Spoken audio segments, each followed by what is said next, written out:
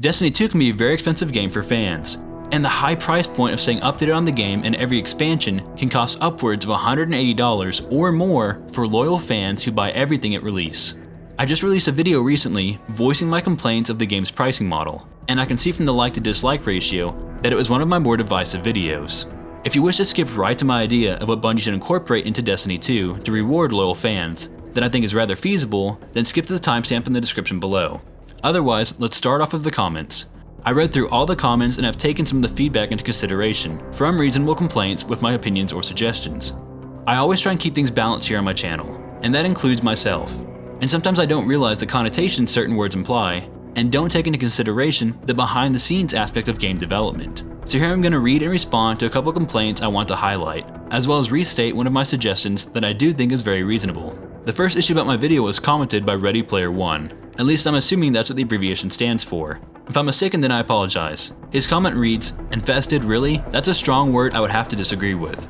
I shouldn't have used as strong a word as infested here. Instead, I should have done something more along the lines of saying the game has incorporated microtransactions, and they are entirely optional and cosmetic based. Wording can change the entire context of my point being made, so I should have used a more appropriate word here." The next comment made is from TexasBoy237, who says, "I'm sorry, but you got it wrong. It's more like woe. Woe is the same way that you pay for the new expansion and microtransactions like the horse armor.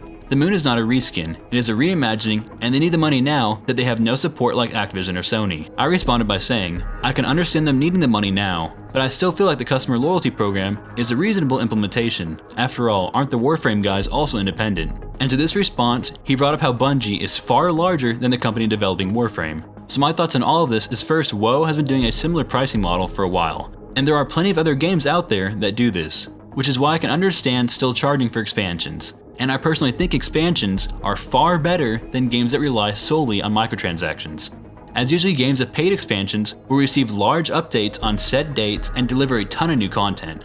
Bungie is also a large company with a lot of employees, and being independent does mean they will need to self-fund everything within their company, so they do need more money than others may need. So as compensation, the current model can stay, but I still think my customer loyalty program is a great one to implement. The main reason I don't like the current model for the game is because how expensive it is for hardcore players like me. And I buy a lot of games throughout the year, therefore Destiny taking up the price tag of around 2 games in a year time frame is a lot. I also usually play with my friends in whatever I do on the Xbox, and most of them don't buy as many games as I do, and don't spend as much of their budget on games. This means most of them end up skipping Destiny 2 and its expansions, and I'd love nothing more than for them to play and experience the game with me. Therefore, I think my idea of a customer loyalty program is very reasonable, as it rewards loyal fans, lessens the blow of what the fans spend on the game, and even rewards players who try and experience as much as the game offers. My proposed program would make it to where returning expansion consumers get discounts on DLCs that increases over time with a cap.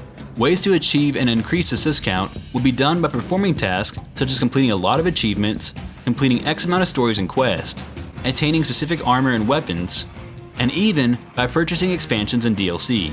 I don't know the exact discount amount or what particular task would be used in the algorithm to determine what discount percentage players would receive on their next expansion, but this is just a rough idea after all, and I think I've described it pretty well. This is the same kind of deal as companies who say after you buy X amount of products you get 1 free or a percentage off the price tag of your next purchase.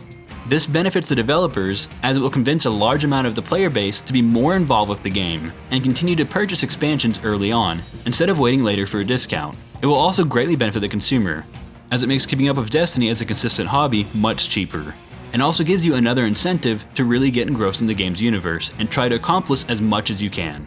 I believe this would be a win-win for both parties, but I want to know what you all think as well. Do you think this would be a good idea, or do you want the exact same model that currently exists? Let me know in the comments down below, and if you like this video and you want to see more like it, be sure to leave a like, share the video, and hit that subscribe button. And I'll see you all on the next Shepherd Gaming video. Kila Salai.